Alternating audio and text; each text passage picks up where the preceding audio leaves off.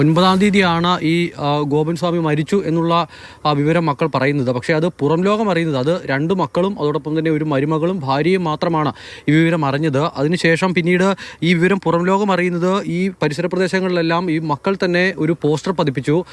ഗോപൻ സ്വാമി സമാധിയായി എന്നുള്ളതായിരുന്നു ആ പോസ്റ്ററിൽ ഉണ്ടായിരുന്നത്, ചിത്രവും ഉണ്ടായിരുന്നു. അങ്ങനെയാണ് ആളുകൾ ഇത് അറിയുന്നത്. ഇപ്പോൾ ഈ നമ്മൾ ദൃശ്യങ്ങളിൽ കാണുന്ന എൻ്റെ സമീപത്തായുള്ള ഈ ഒരു കോൺക്രീറ്റ് പാളിയുണ്ട്. ഇതിനുള്ളിൽ ഗോപൻ സ്വാമി വന്ന് സ്വയം ഇരുന്നു. അതിനുശേഷം സമാധിയായി എന്നുള്ളതാണ് മകൻ പറയുന്നത്. അങ്ങനെ ആത്മാവ് കൈലാസത്തിലേക്ക് പോകുന്നത് താൻ കണ്ടു എന്നുള്ളതൊക്കെയാണ് ഈ മകൻ പറഞ്ഞു വെക്കുന്നത്. അതിനുശേഷം പിന്നീട് ഈ മുകളിൽ കാണുന്ന ഒരു കോൺക്രീറ്റ് പാളിയുണ്ട്, അത് വെച്ച് ഇത് അടയ്ക്കുകയും ചെയ്തു. സുഗന്ധദ്രവ്യങ്ങളൊക്കെ നിറച്ചിട്ടുണ്ട് മൃതദേഹം അതിനുള്ളിൽ വെച്ചതിന് ശേഷം എന്നുള്ളതാണ് പറയുന്നത്. ഇപ്പോൾ അവിടെ വിളക്കൊക്കെ കത്തിച്ച് അവിടെ പൂക്കളൊക്കെ ഇട്ടിരിക്കുന്നത് കാണാം. തൊട്ടടുത്തായി ഒരു ക്ഷേത്രമുണ്ട്, അത് ഈ ഗോപൻ സ്വാമി തന്നെ പണി കഴിപ്പിച്ച ഒരു ക്ഷേത്രമാണ്. അവിടെയായിരുന്നു കഴിഞ്ഞ കുറേ കാലമായി അദ്ദേഹം പൂജ ചെയ്ത് വന്നിരുന്നത്. പക്ഷേ സമീപ നാളുകളിൽ ആ ക്ഷേത്രം അടച്ചിട്ടിരിക്കുകയായിരുന്നു എന്നൊക്കെ ഈ നാട്ടുകാർ പറയുന്നുണ്ട്. അവിടെ പൂജയും കാര്യങ്ങളൊന്നും ഇല്ല എന്നൊക്കെയാണ് ഇവിടെയുള്ള ആളുകൾ പറയുന്നത്.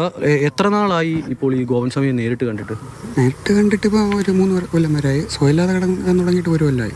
സുഖമില്ലാതെ കിടക്കാൻ തുടങ്ങിയിട്ട് 1 വർഷമായി. നിങ്ങൾ നേരിട്ട് കണ്ടിട്ട് എത്ര നാളായി? 4 കൊല്ലം വരെയായി. എവിടെയാണ് ചേട്ടൻ താമസിക്കുന്നത്? അതിൻ്റെ അപ്പുറത്താണ്. തൊട്ട് അയലോക്കക്കാരനായിട്ടും കണ്ടിട്ടില്ല.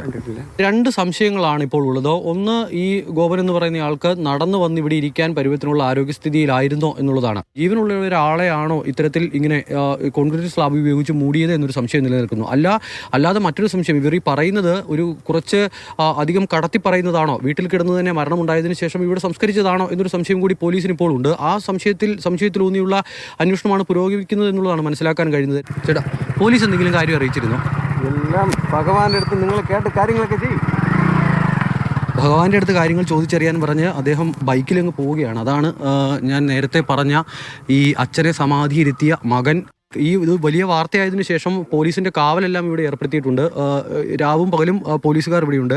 മറ്റേതെങ്കിലും തരത്തിലുള്ള ഒരു നീക്കം ഇവരുടെ ഭാഗത്തു നിന്നും ഇരിക്കുന്നതിനുള്ളൊരു മുന്നൊരുക്കം പോലീസിൻ്റെ ഭാഗത്തു നിന്നും അല്ലെങ്കിൽ ഒരു ജാഗ്രത പോലീസിൻ്റെ ഭാഗത്തു നിന്നും ഉണ്ടായിട്ടുണ്ട് എന്ന് വേണം കരുതാൻ. എൻ്റെ വലതുവശത്തായി കാണുന്നത് ഗോപൻ സ്വാമി താമസിച്ചിരുന്ന വീട്. എൻ്റെ പിന്നിൽ കാണുന്നത് ഗോപൻ സ്വാമി പണി കഴിപ്പിച്ച് പൂജ ചെയ്തു വന്നിരുന്ന ക്ഷേത്രം. ഇടതുവശത്താവട്ടെ ഗോപൻ സ്വാമിയുടെ സമാധിയും. 3 സ്ഥലങ്ങളും അങ്ങേയറ്റം ദുരൂഹമാണ്. ഗോപൻ സ്വാമിക്ക് എന്താണ് സംഭവിച്ചത് എന്നറിയാൻ ഈ അറ തുറന്നുള്ള പരിശോധന വേണ്ടിവരും. നെയ്യാറ്റിൻകരയിൽ നിന്നും നെല്ലിമുരുകനൊപ്പം അമൽ തേനംപറമ്പിൽ, മാതൃഭൂമി ന്യൂസ്.